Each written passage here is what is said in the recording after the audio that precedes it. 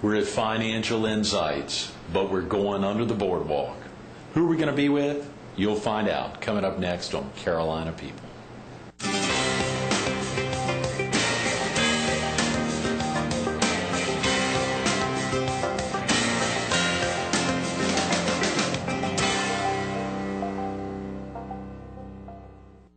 Good morning. Welcome to Carolina People. This morning we're at Financial Insights off of Grissom Parkway in Myrtle Beach. We're focused on Beach Music Association International, and we're visiting with its president, Harry Turner. Good morning, Harry. How are you, my friend? Thank you so much for coming in to kick off the week. This is such a huge week, and what about Financial Insights? This place is amazing. Beautiful place. It is. Couldn't pick a better place. What an easy location, right between 38th and 44th Avenues, right off of Grissom on Mayfair here. It's beautiful. Came right to it. Easy to get to. Absolutely. On Mayfair, it really is easy to get to. And, of course, just a great way to kick off. We've got some exciting folks in this week, Harry. Muriel O'Toole will be with us tomorrow. Muriel, well, great lady. And on Wednesday. She's one of your neighbors up there in North Myrtle Beach. And then Donna Tyson on Thursday. And John Bonsignor. I don't know if you know John. Well, I know he's affiliated somewhat with the symphony and what have you. That's right, in the opera. We may have met, maybe not have heard his name in conjunction with the symphony, though. And he was a radio show host as well for many years. Good. I need to show you his bio later in the week. Yeah, I'd like to meet him and talk to him. Absolutely. We radio guys need to get to know band together. That's right. We'll know somebody in the background. In our past, I guarantee. I was so excited, Harry, and reading about you and thinking about you that you had syndicated a show for many years that aired on 40 stations. A little over 40 stations. 5 states in the southeast, and that's incredible. It was a lot of fun. It was on the history of rock and roll, beach music, Motown, soul, doo-wop, good time rock and roll, that kind of thing. Right. American music, and it did very well. The reason I backed off and quit doing it was corporations began to buy up radio stations. With that came, they didn't want a certain amount of talk, and they wanted to tell you what records to play. And I came to the concept to explain the history of the music in conjunction with playing the music. And as you know, music radio has become music, except for morning DJs doing their silly talk. Right. You don't have much talk. So I said that's not worth the hassle. So I just kind of backed away. It did very well. Absolutely. Absolutely. I'm not a good one at fighting City Hall, I guess. Well, it is tough. Consolidation's been a big deal. And, of course, in this market, the Myrtle Beach radio market or the Florence market, in Florence there's principally 2 owners of all the radio stations in that market. Down here there's 4 or 5. Right. But it's also happened in the TV industry. In consolidation, there's both good and bad. There are a lot of issues. I ran into Tom Kiner in Columbia just the other day. And, Tom's had some real health problems, but he's doing fine now, by the way. Good. But he was telling me he's with the Harold Miller Group out of Florence doing the morning show. That's right. Now, that's a third radio group. Excuse me. Of course, I should have mentioned that. Cumulus, Quantum, and Harold Miller's come back into that market. Tom would be a good guest for you sometime. We'd like to get Tom. I've got his number. Can you make that happen? Absolutely. A couple other great ones in the PD area. You obviously know. Well, we talked about Clay Brown. Clay Brown would be another great guest for you. Danny Lockamy, who's an old-time radio guy that's quite a character, would be another great. A couple, 3 other people too. Absolutely. Well, I remember when we were at Clay or at the Shaw Studios, Fred Shaw Studios, filming leading up to the Long Bay Symphonies event. And you and Hilda were so instrumental getting in some of the amazing guys. Bill Pinkney came in. I can't remember if Maurice Williams came down for that, but he's been down to film with us. I think Maurice was there many times there in Florence. And when you say Hilda Carter, right? Hilda. Who's that? Hilda Carter? Hilda Merritt Carter. Absolutely. Who's she's executive. She's our first vice president. First vice president. I was about to say the executive VP, but I know she's very high up and was co-founded BMA. Absolutely. Hilda, Billy Scott of the Prophets. Right. Representative Bubba Snow out of Williamsburg County. Yes. And yours truly. We just kind of brainstormed around some ideas, and one thing led to another. We got some other people that were interested, and we formed the association. And the 4 of y'all were the key. I'm sure everyone was involved, but I mean, right out of the gate. We were kind of the ones that said, "Hey, we got to do something." Right. There were others that were interested and have become much more active since. But we were the ones that came up with it. It's an amazing, it is a tremendous group there here. I sure want to get into the particulars of it, but if a viewer needed to get off to work now or get off to school, is there a good way for someone to learn more about Beach Music Association International? Exactly. Yeah, the place to go is our website, which is www, of course, BMAI, which stands for Beach Music Association International. BMAI.net. .net, okay. BMAI.net. BMAI.net. Right. That's great. Well, it's a great-looking website. A lot of tremendous information on there. I know you had Things are popping. recent schedule and a lot of stuff. I think I saw there was something that a number of folks that have been associated. You've got a ton of sponsors on there as well, Harry. We really do. They help us with our beach music days. And right. I tell you, the amazing thing about it, as you know, beach music really is an amalgam. Well, maybe you don't know. It's to give a simple definition of beach music. It's that rhythm and blues music you could shag to when you came down to the beach in the 50s and 60s and 70s, what have you. And it includes other music types like Motown and soul and doo-wop, good time rock and roll, the blues. All these form what's called beach music. Right. And of course, those who grew up with this music danced all the various dances. They did the pony and the twist and all of them. Of course, the shag was our big dance in South Carolina. Right, sure. But what happened as years went by and more DJs got into playing shag music for shaggers, they didn't grow up with the music. They were say club DJs or whatever, and the turn on is if you can get somebody to shag to a song, and they're always looking for new and different songs to feature. Well, gradually what happened was country and rock and rap and disco and Latin and big band all became part of what people were shagging to, because the real key is to have roughly 120 beats a minute. Right. Okay. Sure. So we started saying, whoa, now wait a minute. If that's happening, and a lot of people, or too many people, think that the definition of beach music is whatever you shag to, and they shag in all these other music types, and people see it. Gradually, the essence of what beach music is would be lost unless we do something.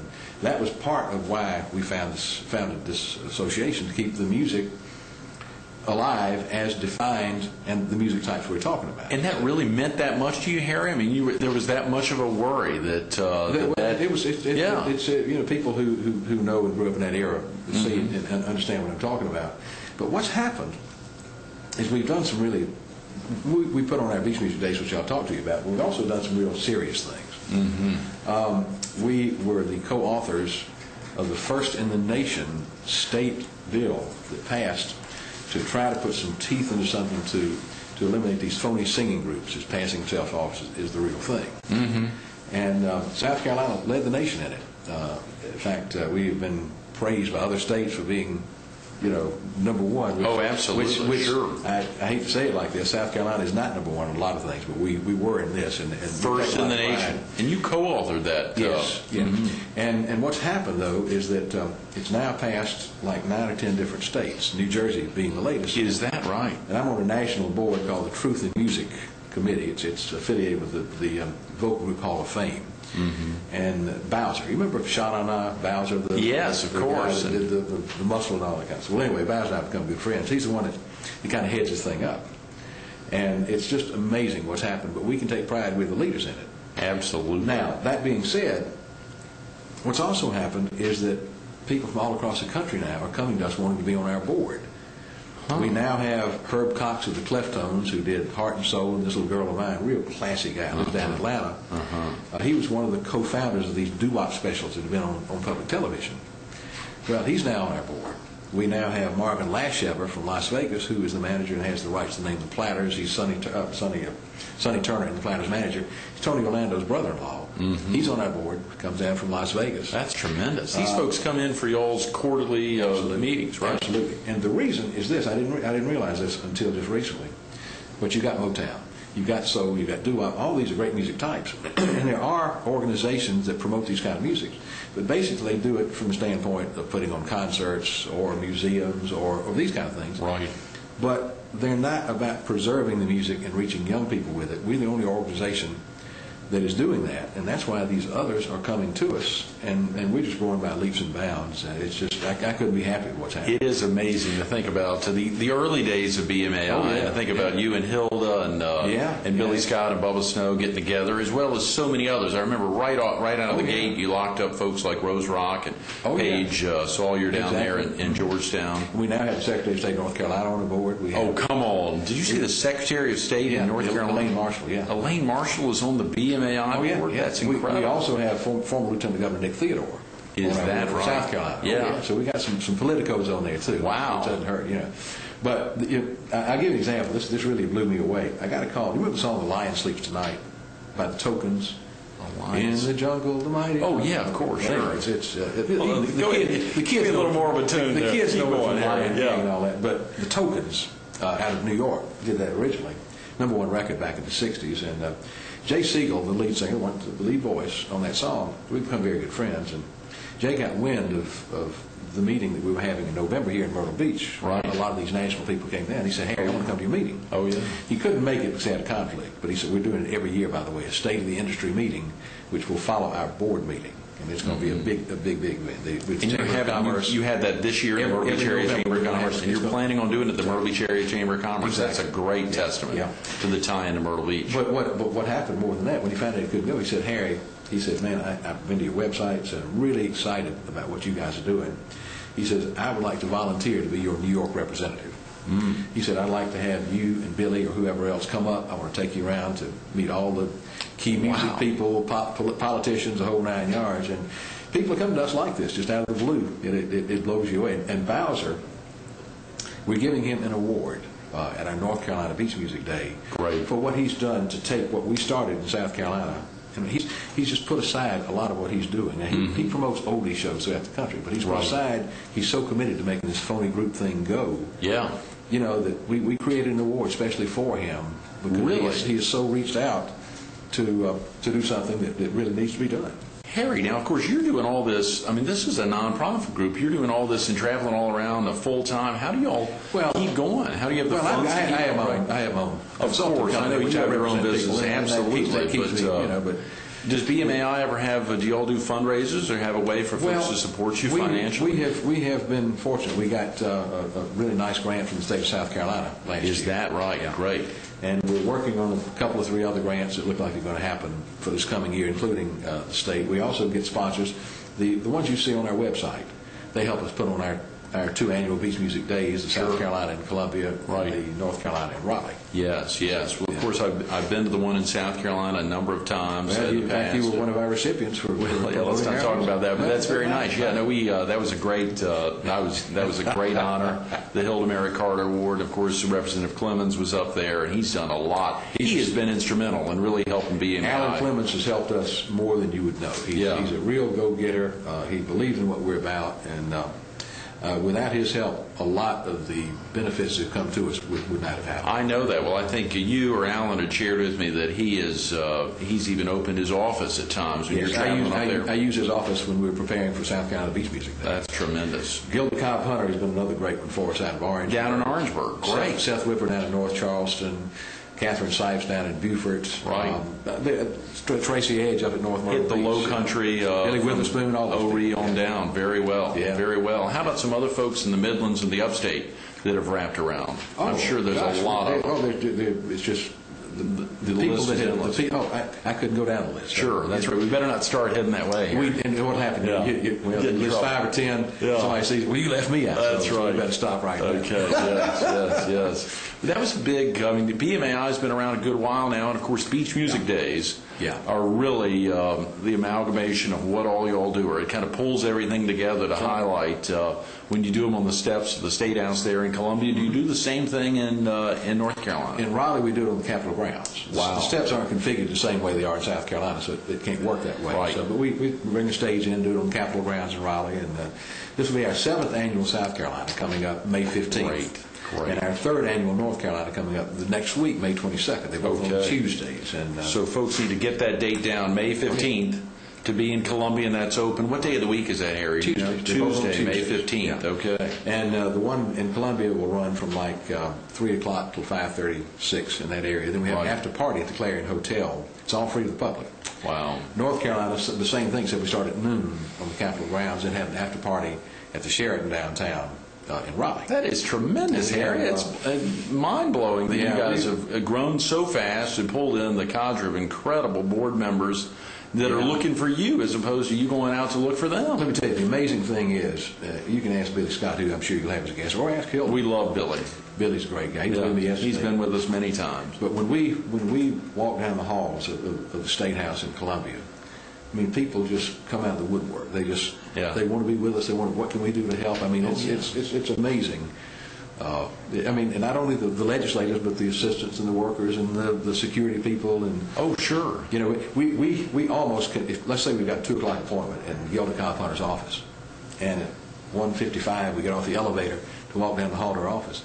We might be late getting there. We get stopped by so many people who don't know what they can do. It's crazy. And folks are asking, what can I do to help? What can I do? Well, that's the same thing viewers want to know, Harry. What can they do to help to make sure to continue to spread the word and make sure the recognition of beach music is as good as it is? Well, again, if they'll go to our website, they show out. We do have memberships, but we don't have memberships that benefit people. It's not one of these, if I join, what do I get? Right. If you join, it's because you want to help the music. Now, we do get you into our VIP parties, some of those kind of things. Good, yeah. But let's talk about those. You know, but, you know, they can go to our website. Sure, bmai.net. How they can join. Okay. Now, this year in South Carolina, we're saluting New Orleans. We're trying to salute the New Orleans music influence on beach music, which has been a tremendous influence. And we have the Dixie Cups coming up. Remember Chapel of Love, going to the chapel. Keep singing, Harry, please. Yeah, no, I don't remember that song. Let's go. Number one song. You don't know that? Give us a little more, please. The other people in here do, I know, but I can't sing. We're in a conference room here at Financial Insights, yeah. Then we've got Willie T, who did Thank You, John, walking up a one-way street coming. We're talking with Dr. John. He was a big star about 10, 15 years ago. We're talking with Alan Toussaint, one of the great songwriters. Then we got Herbert Hardesty, who is Fats Domino's band leader and lead saxophonist, 81 years old, still blows sax. All those great Fats Domino records, he did the sax break, the I'm Walkins and I'm in Love Again, My Blue Heaven. That's him blowing sax break, every one of them. You know? Wow. So he's going to come in. That's exciting, Harry. Harry. Extremely outside chance, extremely outside. But there's a chance that we may get Fats. No. Now, this is to honor, not to perform. Sure. But to honor. Right. And, of course, some will perform, but mainly we're going to have our South Carolina, North Carolina beach music people that'll be performing during the event. So it's going to be a really nice one. North Carolina, we're putting together, we don't have everything together for that one yet. Right. And that's May 22nd. May 22nd. And that's, of course, also a Tuesday if viewers wanted to go, and that's all open to the public. Absolutely. All free to the public. That is tremendous, Harry. The VIP parties, we have, in fact, I'll give a plug, the official winery of our association, Silver Coast Winery up in Ocean Island. I know it, absolutely. Mary Ann, great guest for you, too, by the way. Make it happen, Harry. Open that. Get in touch with Sherry. But anyway, what we do is we have hospitality rooms, VIP rooms, at both South and North Carolina. She comes up, provides the wine. We do the chips and the dips and finger foods and all that kind of stuff. I love it. So it's fun. They get a chance to meet some of the artists and the sponsors, of course, coming in. It's a lot of fun. I was blown away when folks take the time to go to bmai.net. They'll see an incredible lineup of sponsors, folks from all over. I saw Capital Ford on there, a big group in Raleigh. Absolutely. When you think about a band for us to use and stuff too. Yeah. And again, I don't want to start naming sponsors because there's so many of them, and you'd hate to leave anyone out. Again, I saw Duke Energy on there. I mean, I was blown away by the incredible support you've gotten from the 2 states. It's amazed us too. Sure, Ori Electric Co-op, who's right here in this area. Been a great support. Is that right? Great. Yeah. Seeing those electric co-ops and electric companies and other large car dealers and otherwise wrap around to make sure the word of beach music gets out there. Well, you got to remember, it's something that we grew up with, but it's also. Let me give you'll love the story. Becky Martin, legislator from Anderson. This is back when Representative Wilkins was our speaker in South Carolina. He was supposed to have adjourned in time for them to get out for Beach Music Day. Well, there was something that came up and he didn't adjourn in time. And Becky Martin she got the floor, and she said, I'm paraphrasing, shame on you, Mr. Speaker. This is the one day of the year, there's no upstate, no low state, no black, no white, no male, no female, no Democrat, no Republican. We all love this music, and you're holding us up. So one day we can all get together, and sure enough, he adjourned. I love it. I love it. It's about 4 or 5 years ago. Oh, yeah, sure. Well, I believe it. The incredible numbers of folks that have shown up for Beach Music Day. We went up, if you remember, a few years ago. I think it tied in around the same time as the time Hilda won the Silver Crescent Award. Yeah, you were there. Yeah, we were there. And we traveled up for that. Of course, made it up another time when y'all were kind enough to bestow the Hilda Mary Carter Award. I understand Cecil Chandler from WBTW See, won it, is that correct, last year? That's correct, and our winner of that award this year will be Joe Penner. Oh, great. Another great, this is not a secret. Another great Yeah. guest for you, too. Joe. Joe Can you make that happen, Harry? Golly, look at that. Joe will help me MC our Beach Music Day in South Carolina, you know. But he's done so much. He loves this stuff. He's unbelievable. Harry, we've only got about 5 minutes, and I wanted to take the time, even though BMAI is so popular, but to promote your book from 1994, This Magic Moment, which really took off and helped open up the door, musical reflections of a generation. This was a great... did it spur you to want to think about other books, or what was that like putting a book together for the first time back in 94? It's kind of like with the association. This music is so good, and these artists were so good. It really... After the Beatles came out, things changed, and this original American music just kind of took the back seat. Right. And I've always held to the point, yes, the Beatles and their peers may have been good in their own ways, and certainly Lennon and McCartney were good songwriters and that kind of thing, but I always felt it was never any better than this music, especially when it comes to bringing people together. You think of the great voices, the great harmonies, the great... You got to remember, these studio musicians were the best players in the world. They weren't some garage band that became a star. I mean, these were, and they brought in choruses. They brought in, it was unbelievable. And you know, you think of the voices of like Jackie Wilson and the great bass voices and the harmonies of the Platters and the Flamingos and I mean, you know, come on, it was unbelievable. But the whole thing shifted. And literally, after the Beatles came in, I know it sounds crazy, America, the country that invented rock and roll, turned over rock and roll on a silver platter to the British. They've been telling us about our own music ever since. But in the background. So I figured, you know, I need to put down in writing my perspective on the history of it. I put in there about these very things, the changes that happened. Sure. And it was never about the Beatles or the Stones. They weren't bad guys. They didn't try. The media and entertainment industry, you know, hey, you'd have people that had #1 records, you know, black artists, American artists, white artists too, and literally they would drop their contracts like hot potatoes and go after 4 cutesy pie white kids that played guitar and sang yeah yeah yeah. I mean, this is what happened. It was a rush to copy the Beatles sound. It literally was almost swept under the rug. It was never for the music itself. It was to make money, of course. The biggest single record buying segment, even today, but back then too, was the sub-teen and teen female. Well, what better way to reach them than with cutesy white guys and a lot of media and hype? And that's pretty much what happened. How long did that go on, Harry? Well, it's still going on. It's still going on. Now, let me give you an example. Today, it's all about glitz, glamour, hype, outrageousness, looks, sex appeal, all that kind of stuff. Fats Domino. Only Elvis Presley sold more records in the 1950s than Fats Domino. And yet, had Fats Domino come along today, because he was a heavy-set black man that's almost shy, not extroverted, not outrageous, he would never got a recording contract. That music made it. You got to remember, TV wasn't the influence in the 50s when it first started. Right. It didn't happen until like the mid-60s, really. So the music made it on its merits. Yes, there was payola to get it started, but the music made it on its merits because it wasn't about sex appeal and outrageous, except some exceptions, Little Richards and people like that. You know, he was outrageous on records, but still, it was good, fun music. Sure. So that music made it on its merits, not what's happening today, where you pre-package the product and then you force-feed it, the corporations force-feed it to the radio stations and it becomes a hit. The public doesn't make hits like they did back in those days. So that may help explain some of it. Part of the reason why I assume American Idol's been so popular, the tie-in to enable the public to be a little more involved. It has, and it has brought out some real talents, too. Even this Jennifer Hudson, who won the Academy Award for Dreamgirl, didn't even win American Idol, but certainly she was close to winning, and she was a heck of a talent. These people have to at least have talent to win, and I think America wants that, and I think that's part. Yeah, we're an entertainment society today too, but I do think there's a need for real talent, and that's part of what's fueled the success of American Idol. Absolutely. Yeah. Harry, I'm so sorry we've run out of time. I'm thrilled to get goes fast, doesn't it? Absolutely. We're going to follow up with you on some of those tremendous names you mentioned about getting in on the show. We'll have to be in touch, buddy, and good luck with everything you do, man. Thanks, Harry. Stay tuned to more Carolina People with Harry Turner coming up next. We had an opportunity to highlight him as an author, as a talk show host, obviously as the president of Beach Music Association International. We missed the chance to highlight him as a historian, as an instructor at Coastal Carolina University, and as an amazing all-around PR machine.